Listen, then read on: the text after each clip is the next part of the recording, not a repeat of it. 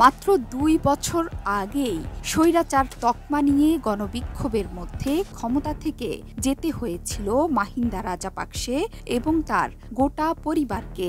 এমনকি দেশ থেকেও চলে যেতে হয়েছিল তাদের।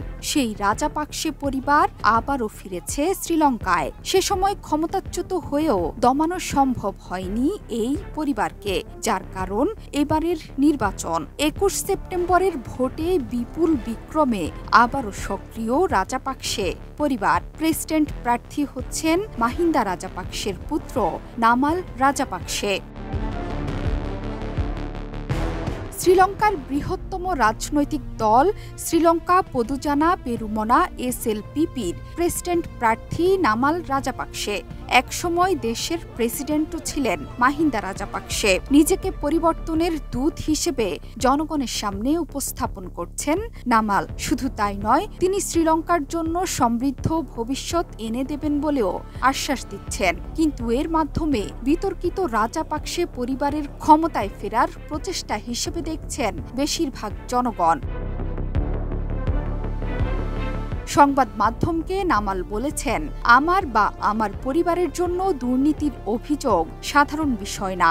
আপনি যদি এই দেশের সকল রাজনীতিকের দিকে তাকান বা আমাদের অঞ্চল সহ সারা বিশ্বে তাদের সবার বিরুদ্ধে দুর্নীতির অভিযোগ তোলা হয়েছে। কারণ আপনি যদি বর্তমান সময়ের দিকে তাকান, সবাই একে অন্যকে দোষারোপ করছে। ২০২০ সাল থেকে ২০২২ সালের এপ্রিলে ক্ষমতাচ্যুতির আগ পর্যন্ত শ্রীলঙ্কার যুব এবং ক্রীড়ামন্ত্রী ছিলেন নামাল। এবার তরুণ নামালের হাত ধরে নতুন মোড়কে রাজনীতিতে ফিরতে মরিয়া সমালোচিত রাজাপাকসে পরিবার।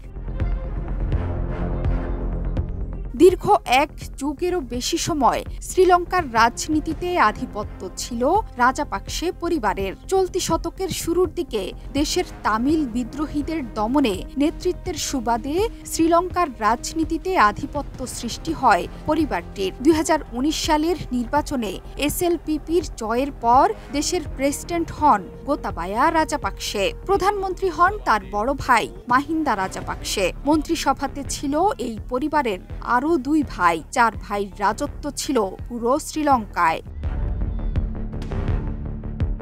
করোনাকালীন সময়ে এই পরিবারের দুর্নীতিতে নজিরবিহীন অর্থনৈতিক সংকটে পড়ে শ্রীলঙ্কা। সরকারি তহবিলের অব্যবস্থাপনার জেরে তলানিতে ঠেকেছিল ডলারের মজুদ। অবস্থা এতটাই বেগতিক হয়ে পড়ে যে খাদ্য, জ্বালানি, ওষুধ আমদানির মতো কোনো অর্থই ছিল না দেশটিতে। দেশের এই দুরবস্থার জন্য রাজাপাকসে পরিবারকে দায়ী করে শুরু হয় সরকার পতনের তীব্র আন্দোলন। এই অবস্থায় ভয়াবহ বিক্ষোভের জেরে ২০২২ সালে ক্ষমতাচ্যুত হয় রাজাপাকসে পরিবার। জুলাইয়ে পদত্যাগ করে দেশ ছেড়ে পালিয়েছিলেন তৎকালীন প্রেসিডেন্ট গোতাবায়া রাজাপাকসে।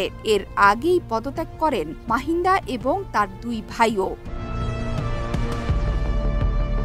পালানোর আগে রনিল বিক্রমাসিংহকে নতুন প্রেসিডেন্ট করে যান গোতাবায়া রাজাপাকসে। তার সাংবিধানিক মেয়াদের ২ বছরে একটু একটু করে ঘুরে দাঁড়াচ্ছে শ্রীলঙ্কার অর্থনীতি।